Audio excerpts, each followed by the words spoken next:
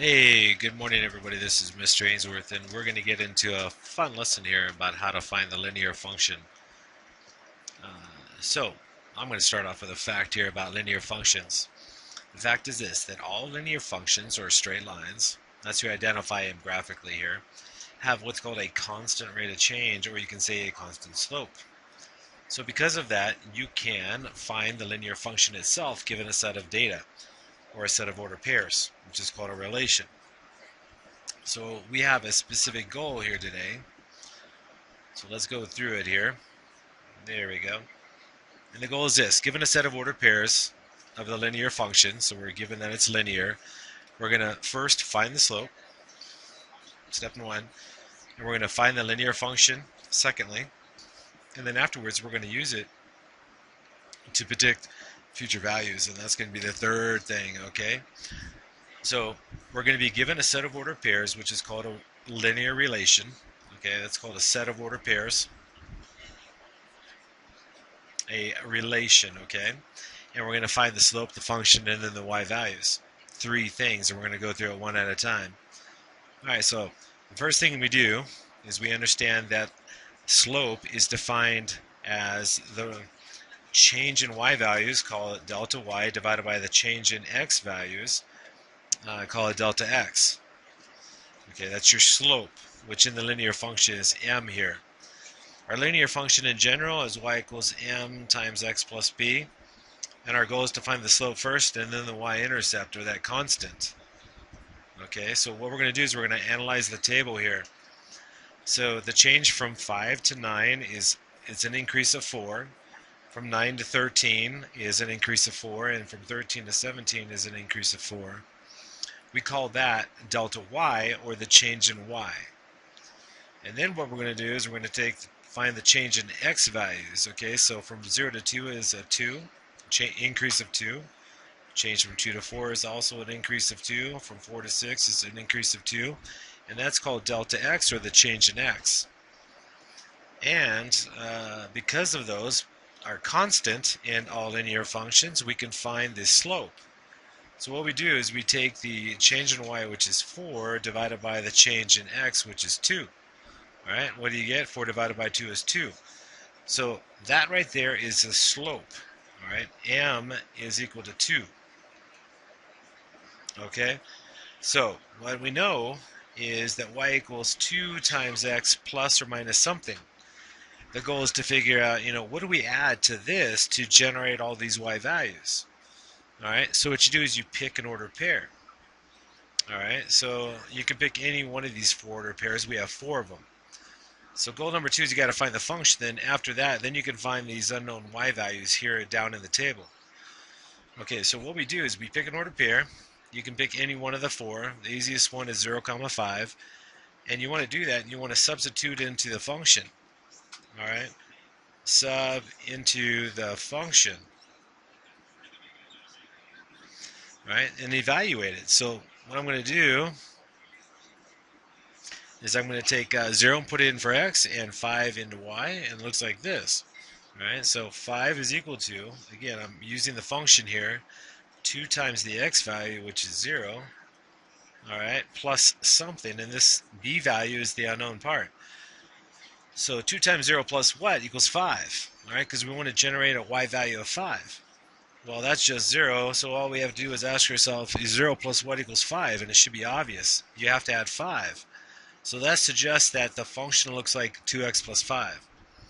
Is that really the case? Well, let's check. Let's take 2. Let's use this point here. Let's take 2 and substitute in the function and see if we get 9. All right. So let's check. Let's do it right here. So 2 times 2 plus 5. What is that? Well, 2 times 2 is 4, plus 5 is 9. Oh my God, it's working. All right. If we take 4 and substitute it in, we get 2 times 2 is 4, plus 5 is, 2 times 4 is 8, plus 5 is 13. Or if you take the 6, 2 times 6 is 12, plus 5 is 17. All right, and once you have the function, then you can go to step 3 and actually find the future y values. So when x is 12, you're going to take it and substitute in the function. So you're going to take this and you're going to use it to find the y values.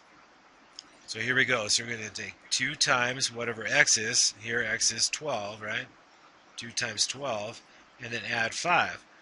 Well, that's 24 plus 5, or 29. And then you're going to use the function again. 2 times 18 this time. You're going to substitute that in, and then multiply by 2, and then add 5. And it's 36 plus 5, or 41.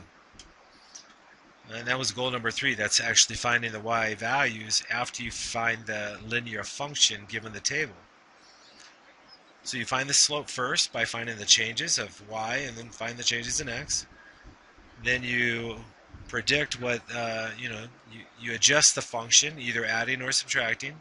Find that constant that you add to generate all these y values. So let's do it again. Change in x is 4 in this case because it's constantly adding 4. 8 plus 4 is 12 in this case. That's delta x. Delta y is right here from 3 to 5 is obviously 2. We're adding 2 because it's increasing. That's your delta y. So my slope, delta y over delta x, is in this case is going to be 2/4, or 1/2. Okay, we'll find out these y values later. Okay, we got to find the function first. So the slope, once again, in all linear functions, it's always y equals m times x plus b, where this now is m, right? So it suggests that we start off a function like this, y equals 1/2 x. But I got to add or subtract something to get these y values. Because if I substitute 0 in, which I always pick the first point because it's easiest. If you substitute 0 in here, you get 1/2 times 0, right?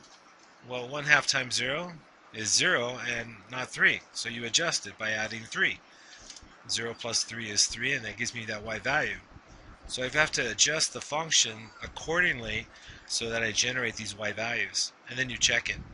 So if you check it with the second point, 4 comma 5 here, you take 1/2 times 4 and then add 3. Does that give you the 5 up here? Well, 1/2 times 4 is 2, and 2 plus 3 is 5, so it works. Once you get your function here, then you use it to find your y values. So here, it's going to be 1/2 times whatever x is plus 3. So 1/2 times 20, you substitute it in, plus 3. 1/2 times 20, that's 10. 10 plus 3 is 13. And you do it one more time. So you take 1/2 times 26 plus 3. Half of 26 is 13, plus 3 is 16. Okay, so first you find your slope, which is the change in y, delta y divided by delta x, always, okay? So obviously you got to memorize that. And then that will give you the first part of the function, and then you adjust it by either adding or subtracting. Now I say either adding or subtracting because sometimes y values decrease. Like this one's decreasing by 9. From 1 to -8, that's a decrease of 9. From -8 to -17 is a decrease of 9. From -17 to -26 is a decrease of 9. So there's your delta y. Your delta x is easier. Okay, it's plus 3 in this case. 0 plus 3 is 3. 3 plus 3 is 6. 6 plus 3 is 9, and so on. So there's your delta x. So delta y divided by delta x is equal to -9 divided by 3. And that's going to be -3 in this case. So I start my function by saying that y has got to be -3 times x plus or minus something. Alright, and then what you do is you pick a point. Alright, so like this one, so you substitute 0 in, see x is 0. So y equals a -3 times 0. Okay, plus or minus something to get 1. Well, what would you add to 0 to get to this 1, the y value of 1? Well, it's obvious. It should be just 1, right? 0 plus 1 equals 1. So that suggests that the function looks like y equals -3x plus 1. And then you check it. And let's check this point right here. Let's take 3, substitute it in, and see if we get -8. So y equals -3 times 3 plus 1. Well, that's -9 plus 1, or -8, which is what we want. So I know I know I'm correct. So once you get your function, you substitute it in. So, or you use it, excuse me, you use it to generate your y values. So it's going to be negative 3 times whatever x is plus 1. So negative 3 times 30 plus 1. And that's negative 90 plus 1, or negative 89. On this one, it's negative 3 times 40 plus 1. Again, I'm just substituting my function in, or my number in. Alright, so I get negative 120 plus 1 is negative 119. And that is how the game is played. Okay, so let's try some more here. Okay, so pause and play the video here. If I go too fast, just pause and play and go at your own pace. Or pause it, work it out, and then check with me when you're done, right? That's also a good way to use a video. So 2 plus 6 is 8. 8 plus 6 is 14. 14 plus 6 is 20. There's your change in y, or delta y. Here it's plus 2 all the way through. It's constant. There's your delta x. So my slope is delta y divided by delta x. That's 6 divided by 2, or 3. So that suggests that we start the function. So that suggests that we have y equals 3x, and now you test a point. All right, so let's try this one. Let's substitute 0 in and see how we're going to get 2. So y is equal to 3 times 0 plus what? Well, 0 plus 2 equals 2. So that suggests that we have to add 2 to the function. And then you check it with another point, like this one. Substitute 2 in and see if you get 8. So is 3 times 2 plus 2 equal to 8? Well, that's 6 plus 2. Well, it is equal to 8, so I know I'm good.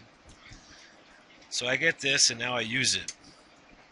So I take the function, substitute 12 in, and see what happens. So it's 3 times 12 in this case, plus 2. That's 36 plus 2, or 38. 3 times 18 plus 2, and that's 54 plus 2, or 56. And that, my friends, is how the game is played. Alright, so use the pause and play feature of the video to allow you to work on this ahead of time, and then press play when you are ready. Okay, so pause it, work it through, and then press play and correct your work. Alright.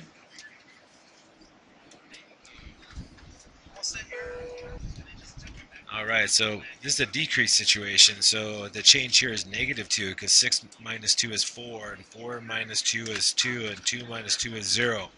So delta y is negative because we're decreasing here.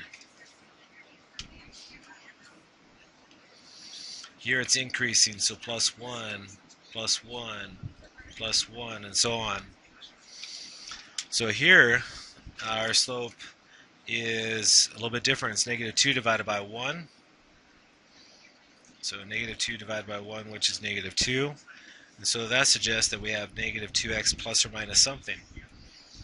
So you take your first order pair, as I always do, this one, substitute it in. Substitute 0 in, and figure out how you can get a 6. Alright? So negative 2 times 0, well, that's just 0, right? But how do you get 6? You simply add 6. Okay? And then you take it and you use it. So negative 2 times 10, in this case, you substitute it in. Alright, and then add 6. That's negative 20 plus 6, or negative 14. And then the last one, negative 2 times 15 plus 6. Negative 30 plus 6 is negative 24.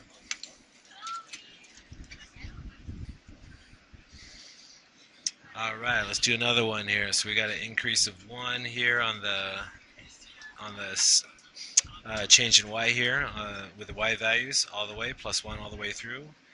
Here you got 3, right? There's your delta x. So delta y divided by delta x is equal to 1 divided by 3, and that's a fraction, 1/3. Alright, so that suggests that we should start off with y equals 1/3 x. Alright, every single time you use the slope to your advantage. Right, and then you figure out what you add and subtract. So go ahead and use these values here. So substitute 0 in and see how you can get 1. So y is equal to 1/3 times 0 plus what? Well, 0 plus what is 1? Well, it's 1, right? So that suggests that we add 1. All right, and then after that, you get your function and you use it. So you take 1/3 times 30 and then add 1. Well, a third of 30 is 10 plus 1 is 11, right? 30 divided by 3 is 10. 10 plus 1 is 11. That's why. So here, 1/3 times 60 plus 1. Well, that's 20 plus 1 is 21. Okay? And that, my friend, is how the game is played. Okay? I'm going to do a few more just for funsies here, though. So this one doesn't start off with a y-intercept. So here, this one's a little bit more challenging because it doesn't have 0 involved. All right, so from 5 to 9 is 4. So it's constant throughout the table here. There's your delta y. Here it's plus 1 all the way through. It should be obvious. Okay, plus 1. So here the slope is, let me see, it's 4 divided by 1. Ooh, that's tough. All right, which is 4. So that suggests that y equals 4 times x plus or minus something. So as I keep on saying here, pick a point. So substitute 2 in. So 4 times 2 is 8, but I want 5. And I know that 8 minus 3 is 5, right? 8 minus 3 is equal to 5. So that suggests my function is 4x. It's going to be 4x minus 3. So I have 4 times 12 here, and then minus 3. 48 minus 3 is 45. And then 4 times 18 minus 3. And that's 72 minus 3, or 60, 60. 69, right? 69 and 3 is 72. There we go. Okay. All right. A little craziness. I'm on the airplane right now, and we're landing, and all the kids are going crazy. Okay. So here we go. What do we've got here? So from -5 to -2 is a plus 3. 3. These are always plus 3. Okay. So our delta y is 3, the delta x is 3, so delta y divided by delta x is 3 divided by 3, or 1. So that suggests that we have y equals 1x, or just x, right? Plus or minus something. So substitute your values in. So here we go. So substitute 0 in. 0 plus what equals -5? Well, you can write it as -5, or you can just simply subtract 5, right? 0 minus 5 is -5. So I'm going to rewrite the function as not x plus -5, but as x minus 5. Okay. Oh, the kids are going crazy right now. Okay, so now we have function x minus 5. So 10 minus 5 is 5. 15 minus 5 is, well, that's 10. Okay? And that's it. All right. We'll do one more. What the heck? I'll finish, even though it's craziness here in the airplane. Okay. So here the slope is 1/4. Function y equals 1/4 x. And if you test a point like this one here, like I always do, you substitute 0 and see what you get. All right, you want 7. So 1/4 times 0. Well, that's 0. What do you add to 0 to get to 7? Well, it's 7, right? 0 plus 7 is 7. So you take your function here, your lovely function, and you substitute it. You use it and substitute the values in. So 1/4 of 40 plus 7. Well, 1/4 of 40 is 10 plus 7 more is 17. And 1/4 of 80 plus 7 is 20 plus 7, or 27. And we're finally set here. All right, so it went a little bit fast only because I'm on the airplane right now. So if you need to review all this, you have the ability. It's video.